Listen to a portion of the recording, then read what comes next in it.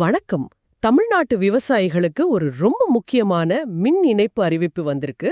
இது பல வருஷமா காத்துக்கிட்டு இருந்த ஒரு விஷயம். இதுல ரெண்டு பெரிய செய்தி இருக்கு.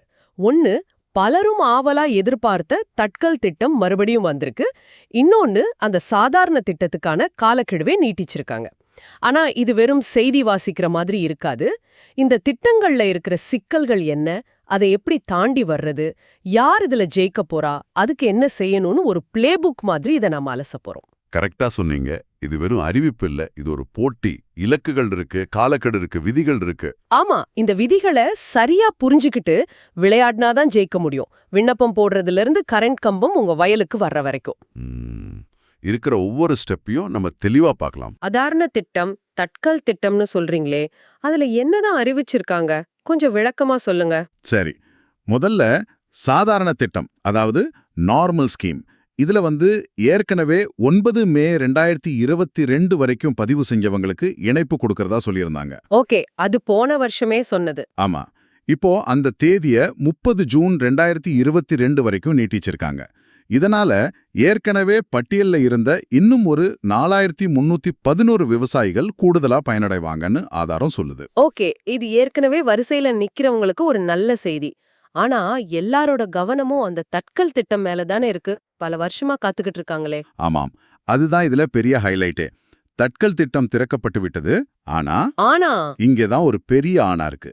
இந்த திட்டத்தின் கீழே தமிழ்நாடு முழுமைக்கும் சேர்த்து வெறும் 10,000 இணைப்புகள் மட்டும்தான் ஒதுக்கீடு செஞ்சிருக்காங்க. ஒரு நிமிஷம், என்ன சொன்னீங்க? 10,000 தானா? ஆமா, வெறும் 10,000 தான். ஆதாரம் சொல்ற மாதிரி லட்சக்கணக்கான விவசாயிகள் காத்துக்கிட்டு இருக்கும்போது வெறும் 10,000 இணைப்புகளா? அப்போ இது ஒரு திட்டம் மாதிரியே தெரியலையே, ஒரு லாட்டரி மாதிரி இருக்கு. யாரு கிடைக்குதோ அவங்களுக்கு தான். நீங்க சொல்றது 100க்கு 100 உண்மை. இது ஒரு லாட்டரி தான். வேகமா ஓடுறவங்க ஜெயிக்கிற ஒரு பந்தயம்னு கூட சொல்லலாம். நிச்சயமா. உங்க ஊர்ல 50 பேர் ரெடியா இருந்தா தமிழ்நாடு முழுக்க எத்தனை லட்சம் பேர் இந்த செய்தி கேட்டு கிளம்பியிருப்பாங்கன்னு யோசிச்சு பாருங்க. அதனால தகவல் தெரிஞ்சா மட்டும் போதாது, அடுத்த நிமிஷமே களத்துல இறங்கணும். அப்போ இந்த பந்தயத்துல கலந்துக்கிறதுக்கு தகுதியே அந்த பதிவு செஞ்ச தேதி தான் இல்லையா? யார் யார் இந்த தட்கால் லாட்டரியில டிக்கெட் வாங்கலாம், யாரு சாதாரண திட்டத்துக்குள்ள வராங்க, அந்த தேதிகளை கொஞ்சம் தெளிவா சொல்லுங்க. ஏன்னா இதுதான் முதல் நுழைவுச்சீட்டு. மிக முக்கியமான கேள்வி. இதுதான் ரூல் நம்பர் 1. நீங்க எந்த பந்தயத்துல ஓடுறீங்கன்னு முதல்ல தெரிஞ்சுக்கணும். அரசாணைப்படி நீங்க மின் இணைப்புக்கு பதிவு செஞ்ச தேதியை வச்சுதான் இதை முடிவு பண்ண முடியும். சரி, அந்த தேதிகளை பிரிச்சு சொல்லுங்க. சொல்றேன். முதல்ல சாதாரண திட்டம். இதுக்கு 30 ஜூன் 2022க்குள்ள பதிவு செஞ்சவங்க வருவாங்க. அவங்க காத்திருப்பு பட்டியல முன்னாடி இருக்காங்க. ஓகே.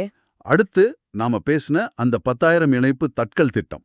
இதுல 31 மார்ச் 2025 வரைக்கும் பதிவு செஞ்சவங்க பரிசீலிக்கப்படுவாங்க. இது கூடவே 25,000 ரூபாய், 50,000 ரூபாய் கட்டுற திட்டங்களும் இருக்கு.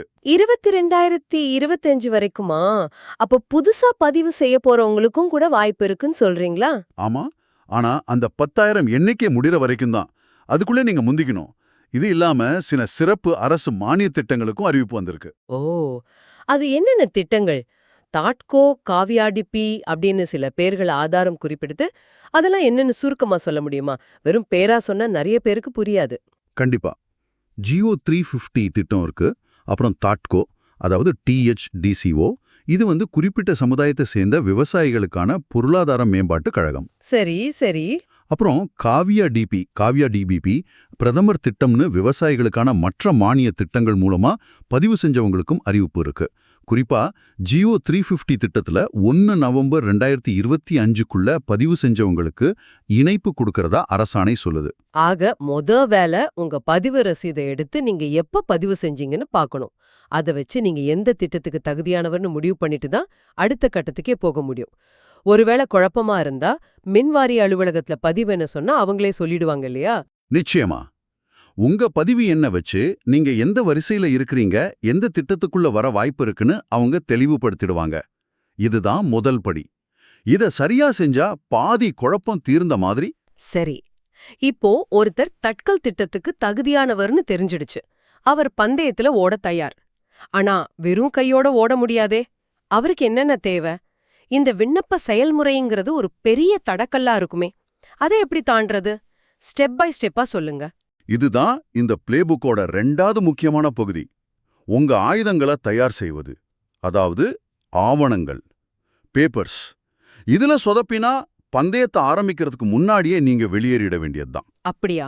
ஆமா, இந்த செயல்முறைய 4 படிகளா பிரிக்கலாம். முதல் படி என்ன? என்னென்ன பேப்பர்ஸ் கையில இருக்கணும்? படி 1, 2 முக்கியமான ஆவணங்கள். 1 விருப்பப் படிவம், அதாவது ஆப்ஷன் ஃபார்ம். Option form. ஆமா, நீங்க தட்கல் திட்டத்துக்கு மாற விரும்புறீங்கன்னு மின்வாரியத்துக்கிட்ட அதிகாரப்பூர்வமா சொல்றதுக்கான படிவம் இது. 2வது உங்க பேர்ல இருக்கிற லேட்டஸ்ட் சிட்டா. இந்த 2ம் இல்லாம நீங்க ஒரு அடி கூட எடுத்து வைக்க முடியாது. ஓகே, விருப்ப படிவமும் சிட்டாவும் ரெடி. அடுத்து இதை எடுத்துக்கிட்டு எங்க போகணும்? இங்கதான் நிறைய பேருக்கு குழப்பம் வரும். டிவிஷன் ஆபீஸ், செக்ஷன் ஆபீஸ்னு சொல்றாங்களே, என்ன வித்தியாசம்? நல்ல கேள்வி. இதை எளிமையா புரிஞ்சுக்கலாம். படி 2, நீங்க கோட்ட அலுவலகம், அதாவது டிவிஷன் ஆபீஸ்க்கு போகணும். இத பந்தயத்துக்கான ரிஜிஸ்ட்ரேஷன் கவுண்டர்னு வச்சுக்கோங்க. சரி. இங்கதான் உங்க விருப்ப படிவத்தையும் சிட்டாவையும் கொடுத்து நான் தட்கல் திட்டத்துல கலந்துக்க விரும்புறேன்னு பதிவு செய்வீங்க. அவங்க சரி பார்த்துட்டு பணம் கட்டுறதுக்கான ஒரு டிமாண்ட் உருவாக்குவாங்க. அப்போ டிவிஷன் ஆபீஸ் வேலை முடிஞ்சது, டிமாண்ட் கைக்கு வந்தாச்சு. அடுத்து செக்ஷன் ஆபீஸ்க்கு ஏன் போகணும்? இப்பதான் உண்மையான பரிசோதனையே ஆரம்பிக்குது. படி 3, பிரிவு அலுவலகம், அதாவது செக்ஷன் ஆபீஸ்க்கு போகணும். இத வண்டி பந்தயத்துக்கு போறதுக்கு முன்னாடி டெக்னிக்கல் செக் பண்ற இடம்னு சொல்லலாம். ஓஹோ. இங்கதான் நீங்க கொடுத்த சிட்டா மாதிரியான வருவாய் ஆவணங்கள் 6 மாசத்துக்குள்ள எடுத்ததுதானான்னு பாப்பாங்க. வருவாய் ஆவணங்களுக்கு 6 மாசம்தான் வேலிடிட்டி. ஒரு நிமிஷம் இல்லைங்க. ஒருத்தர் 2012ல பதிவு செஞ்சிருக்காரு, 10 வருஷத்துக்கு மேல ஆச்சு. அவரும் இப்ப 6 மாசத்துக்குள்ள எடுத்த சிட்டாவை கொடுக்கணுமா? அது கொஞ்சம் பெரிய வேலையாச்சே. எதுக்கு இவ்ளோ கடும்பு? இது ரொம்ப ரொம்ப முக்கியமான கேள்வி. இதுதான் படி 4, பழைய பதிவுகளுக்கான கூடுதல் கவனம்.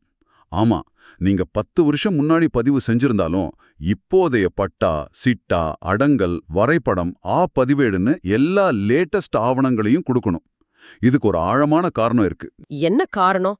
பழைய பேப்பரை வச்சு ஏன் வேலை செய்ய மாட்டாங்க? நீங்களே யோசிச்சு பாருங்க.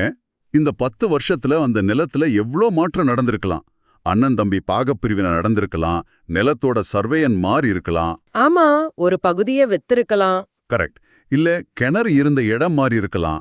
அதனால 2012ல நீங்க கொடுத்த ஆவணத்தையும் இப்ப கொடுக்கற ஆவணத்தையும் ஒப்பிட்டு நீங்க எந்த கிணறுக்கு கரண்ட் கேட்டீங்களோ அதே கிணறு அதே நிலத்துல தான் இப்பவும் இருக்கான்னு 100% உறுதிப்படுத்துவாங்க. ஒரு சின்ன மாற்றம் இருந்தாலும் உங்க விண்ணப்பம் அங்கேயே நின்னுடும். அப்பா, அப்போ ஆவணங்கள் விஷயத்துல எந்த சமரசத்துக்கும் இடமில்ல. கொஞ்சம் அசந்தாலும் நமக்கு பின்னால வர்றவங்க முந்திக்கிட்டு போயிடுவாங்க. இது விவசாயிகளுக்கு ஒரு பெரிய எச்சரிக்கை மணி. மிகச்சரி. ஆவணங்களை தயாரா வச்சுக்கிறது பாதி தூரம் பந்தயத்துல ஜெயிச்ச மாதிரி. சரி, ஒருத்தர் இந்த எல்லா தடைகளையும் தாண்டி எல்லா ஆவணங்களையும் சரியா கொடுத்து பணத்தையும் கட்டிட்டார். அவருக்கு உடனே கரண்ட் கிடைச்சிடுமா? இல்ல பணம் கட்டினதுக்கு பிறகும் ஒரு வரிசை இருக்கா? நல்ல கேள்வி. பணம் கட்டினதுமே வேலை முடிஞ்சதுன்னு நினைக்க கூடாது. பணம் கட்டுறது மூலமா நீங்க பந்தயத்துல ஓடுறதுக்கு தகுதியாகிட்டீங்க, அவ்வளவுதான். ஆனா இணைப்பு எப்ப கிடைக்குங்கிறது உங்க வயலுக்கு எவ்வளவு பெரிய வேலை செய்ய வேண்டியிருக்குங்கிறத பொறுத்து தான் அமையும். புரியல, அத கொஞ்சம் விளக்கமா சொல்லுங்க. மின் வாரியம் இணைப்புகளை 3 வகையா பிரிச்சு தான் வேலை செய்வாங்க. இதை நம்ம புரிஞ்சுக்கிறதுக்கு ஒரு சின்ன உதாரணம் எடுத்துக்கலாம். உங்க வயலுக்கு தண்ணி கொண்டு வர்ற மாதிரி நினைச்சுக்கோங்க. ஓகே, சொல்லுங்க. முதல் வகை மைனர். இது ஏற்கனவே உங்க வீட்டுக்கு பக்கத்துல போற தண்ணி பைப்ல ஒரு சின்ன ஓட்டை இருக்கு, அதை சரி பண்ணி தண்ணி வர்ற மாதிரி. அதாவது ஏற்கனவே இருக்கிற லைன்ல சின்ன சின்ன வேலைகளை செஞ்சு இணைப்பு கொடுக்கிறது. இது ரொம்ப சுலபமான வேலை. அடுத்தது 2வது வகை மேஜர். உங்க பகுதியில தண்ணி பைப்பே இல்ல, புதுசா ஒரு போர்வெல் போட்டு ஒரு மோட்டர் வச்சு அதுக்கப்புறம் தான் உங்க வயலுக்கு தண்ணி கொண்டு வர முடியும். இது மாதிரி இணைப்பு கொடுக்க புதுசா ஒரு டிரான்ஸ்ஃபார்மர் அமைக்க வேண்டியிருந்தா அது மேஜர் வேலை. இதுக்கு கொஞ்சம் காலமாகும். அப்போ 3வது வகை இதை விட பெரிய வேலையா இருக்குமோ? ஆமா, 3வது வகை எம்எஸ். உங்க ஊருக்கே தண்ணி வசதி இல்ல, எங்கேயோ தூரத்துல இருக்கிற டேங்க்ல இருந்து பல கிலோமீட்டர் தூரத்துக்கு புதுசா பைப்லைன் போட்டு உங்க ஊருக்கு தண்ணி கொண்டு வரணும். ஓஹோ. இது மாதிரி உங்க வயல் இருக்கிற இடத்துக்கு கரண்ட் கம்பமே இல்லாம பல கிலோமீட்டர் தூரத்துக்கு புதுசா கம்பம் நட்டு லைன் இழுத்து இணைப்பு கொடுக்கறது தான் எம்எஸ். இதுதான் அதிக சமயம் எடுக்கக்கூடிய வேலை. ஆஹா, இப்போ தெளிவா புரியுது. அப்போ பணம் கட்டின வரிசைப்படி இணைப்பு கிடைக்காது. யாருக்கு மைனர் வேலை இருக்கோ அவங்களுக்கு மேஜர் வேலை இருக்கிறவங்கள விட சீக்கிரம் இணைப்பு கிடைக்க வாய்ப்பு இருக்கு. இது ஒரு முக்கியமான உள் விஷயம். அப்ப நம்ம கையில எதுவுமே இல்ல இல்லையா? உங்க விண்ணப்பத்தோட தன்மை மற்றும் உங்க இடத்துல இருக்கிற உள்கட்டமைப்பை பொறுத்து தான் எல்லாமே. எம்எஸ், மைனர், மேஜர்னு பிரிச்சு அவங்க திட்டமிட்டு தான் வேலைகளை செய்வாங்க. அதனால பொறுமை இங்க ரொம்ப அவசியம். இவ்ளோ விஷயங்களையும் கேட்ட பிறகு நம்ம என்ன முடிவுக்கு வரலாம்? ஒரு விவசாயிக்கு நீங்க சொல்ற கடைசி கட்ட அறிவுரை என்ன? நாம பேசினதெல்லாம் தொகுத்து பார்த்தா தட்கல் திட்டம் ஒரு பெரிய வாய்ப்பு. ஆனா அது வெறும் 10,000 பேருக்கு மட்டும்தான். ஆமா, சாதாரண திட்டத்துக்கான காலக்கெடவும் நீட்டிக்கப்பட்டிருக்கு. இந்த பந்தயத்துல ஜெயிக்கணும்னா உங்க பதிவு தேதிய வச்சு சரியான திட்டத்தை தேர்ந்தெடுத்து லேட்டஸ்ட் ஆவணங்களோட மின்னல் வேகத்துல செயல்படணும். இதுதான் வெற்றிக்கான ஒரே ஃபார்முலா. ஆமா, ஆனா இந்த வாய்ப்பு எவ்வளவு நாள் இருக்குன்னு சொல்ல முடியாது. ஆதாரா சொல்ற மாதிரி தேர்தல் அறிவிப்பு வந்துட்டா இந்த திட்டம் பாதியிலே நிறுத்தப்படலாம். அல்லது 10,000 இணைப்புகள்ங்கிற இலக்க அடைஞ்சாலும் திட்டம் மூடப்படலாம். அப்படியா? அதனால இது வெறும் வாய்ப்பு மட்டும் இல்ல, நேரத்தோட ஓடுற ஒரு பந்தயம். ஒரு நிமிஷம் தாமதிச்சாலும் வாய்ப்பு கை நழுவி போகலாம். இந்த முழு பிளேபுக்கையும் பார்த்த பிறகு உங்களுக்காக ஒரு சிந்தனை. இந்த 10,000 இடங்களுக்குள்ள வர்றதுக்கு இவ்வளவு போட்டி இருக்கும்போது தனி ஆளா ஓடுறது புத்திசாலித்தனமா, இல்ல உங்க பகுதியில் இருக்கிற மத்த விவசாயிகளோட சேர்ந்து ஒரு குழுவா செயல்பட்டா என்ன? ஒருத்தருக்கு ஒரு தகவல் தெரியலாம், இன்னொருத்தருக்கு ஒரு அதிகாரி பழக்கமா இருக்கலாம்.